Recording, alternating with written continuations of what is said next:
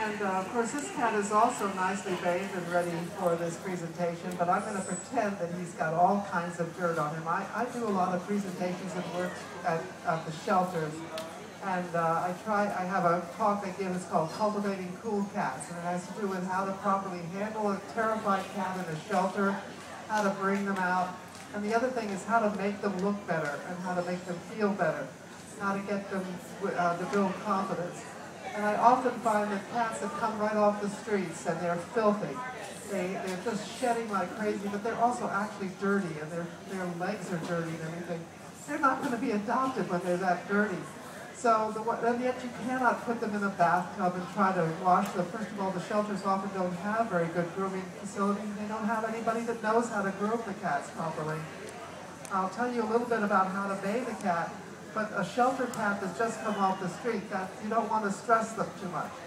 So what I do is I like to use the waterless shampoos on these dirty cats, and there are a number of them that I think are good.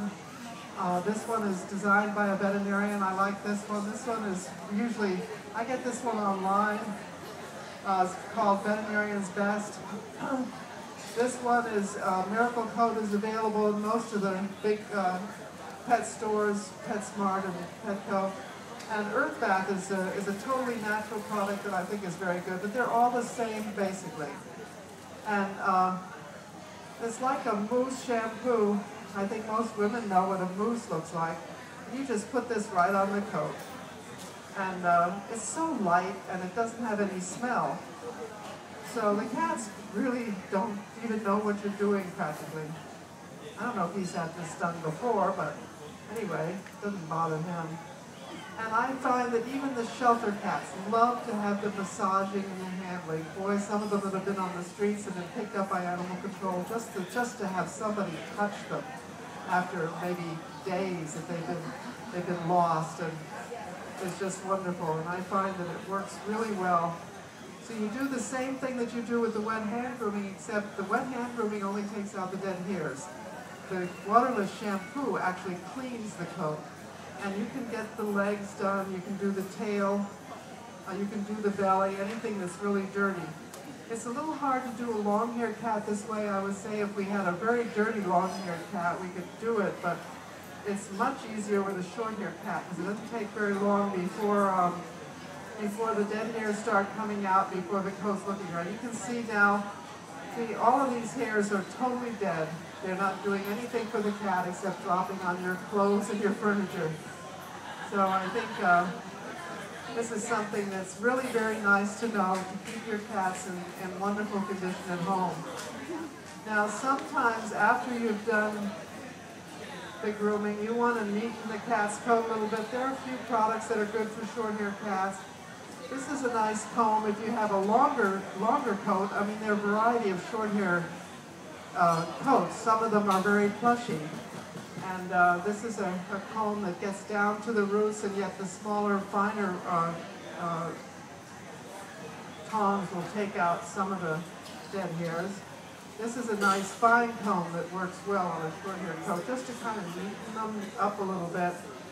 Takes a little bit of the dead hair out without damaging them. The whole idea is not to damage the live hairs. This is a rubber brush that works well on if you have a short hair coat that you want to lie very close to the body. I think it would probably be a little bit too much for this kind of a cat, but I would prefer just the wet hand grooming, or maybe a comb like this would work. And it's very nice around the head and around the face to give them a little extra smoothness. So on an American short hair, we want to show off the pattern. And so we don't want any of those gray hairs in there, those dead hairs. We want to have it nice and bright. The bright silver and the dark black contrast is the most beautiful thing. So I hope that gives you a little bit of an idea of how to groom a basic short hair cat. Does anyone have any questions? Okay, yeah. How often do you do that? Well, I like to do it every day. When I have my Abyssinians, first of all, my Abbeys, all I have to do is just touch my finger to the table, grooming table, and they come right up because they love to have be massaged. And as I said, most cats are growing new hairs all the time, and they're dropping old hairs. So if you don't care about shedding all over your clothes, then don't do it every week or whatever. But I just found that the cats like it, and I like to have them without shedding. I just didn't particularly like to have the shedding around the house.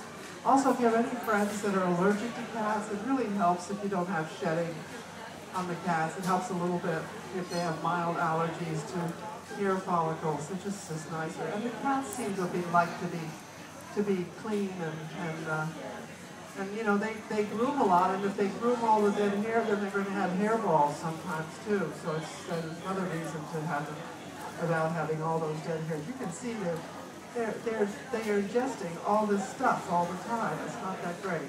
So, any other questions? Okay, yeah, any questions? All right. Well, we're going to go on next to the next type of a short-haired cat, which is very different from the cats that have a plush-haired coat. That's the very close-lying coats. And Judy Cantley is going to talk about those cats.